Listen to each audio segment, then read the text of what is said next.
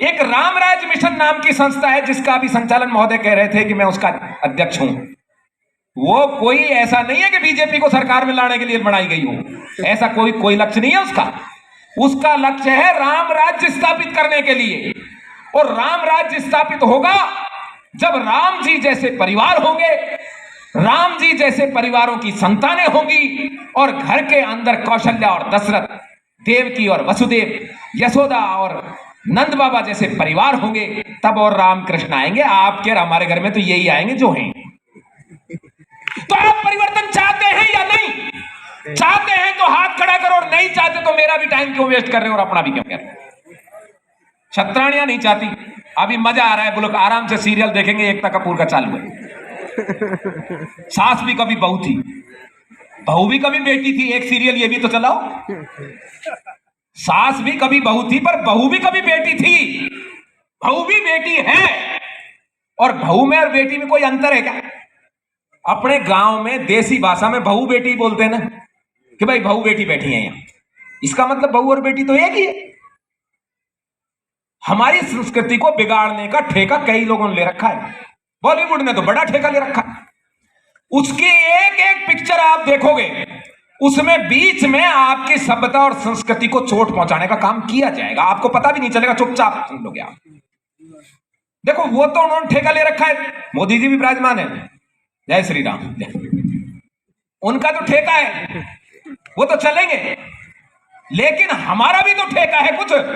हमारा ठेका है हमारी सभ्यता और संस्कृति को पुनर्स्थापित करना। रामराज मिशन का यही काम है, और इस रामराज मिशन के दरवाजे इसीलिए सबके लिए खुले हैं। आप तो हमारे भाइयों, आपके लिए तो हैं ही, लेकिन इसके लिए सभी सनातनियों के लिए, यहां तक कि जो मुसलमान भारतीय सभ्यता और संस्कृति को अपनाना चाहता है, जो राम में और कृष्ण में विश्वास रखता है, जो गीता में, गाय में, गंगा में विश्वास रखता है, उन सब के लिए खुले हुए हैं। मैं अनुरोध करूंगा हमारी टीम से कि थोड़ा सा कष्ट करके वो जो पेपर है इनको सबको दे देना कि क्या ये चीजें घर में कर सकते हैं।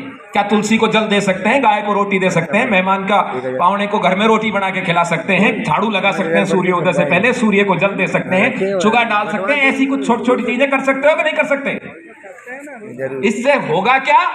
इससे हमारा टावर सीख लेगा कि क्या परिवार में चलता है।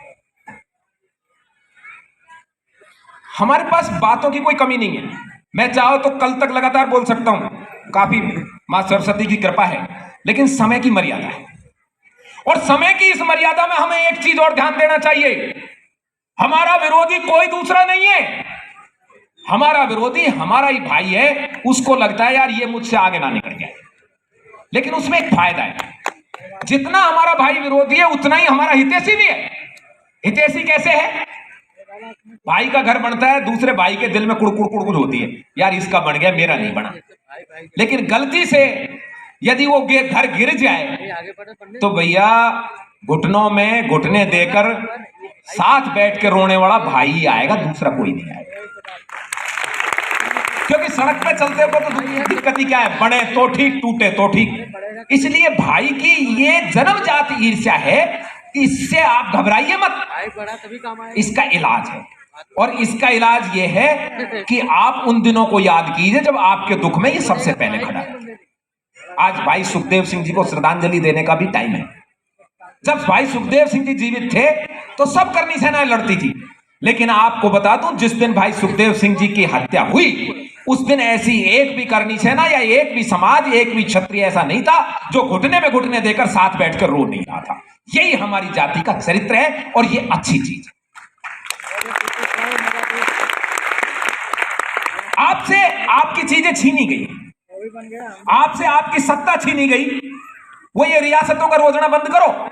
रियासत तो 562 ही थी, लेकिन घर घर में, गांव गांव में आपकी सत्ता थी। हर गांव में कचहरी थी, बैठक थी, छोटे मोटे फैसले आप ही करते थे। पुलिस जाया नहीं करती थी। आज से 20-30 साल पहले तक भी पुलिस ठाकुर साहब की हवेली से ज्यादा आगे कहीं नहीं जाती थी।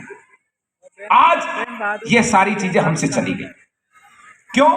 क्योंकि लोगों ने माहौल ऐसा तैयार कर दिया कि हमारे भीतर भ्रम पैदा हो गया, और इस भ्रम के कारण हम सब दुनिया से अलग थलग पड़ गए। और कुछ हमारे अंदर भी ऐसी चीज हो गई, हम आंख मीच के तुरंत प्रतिक्रिया करते हैं।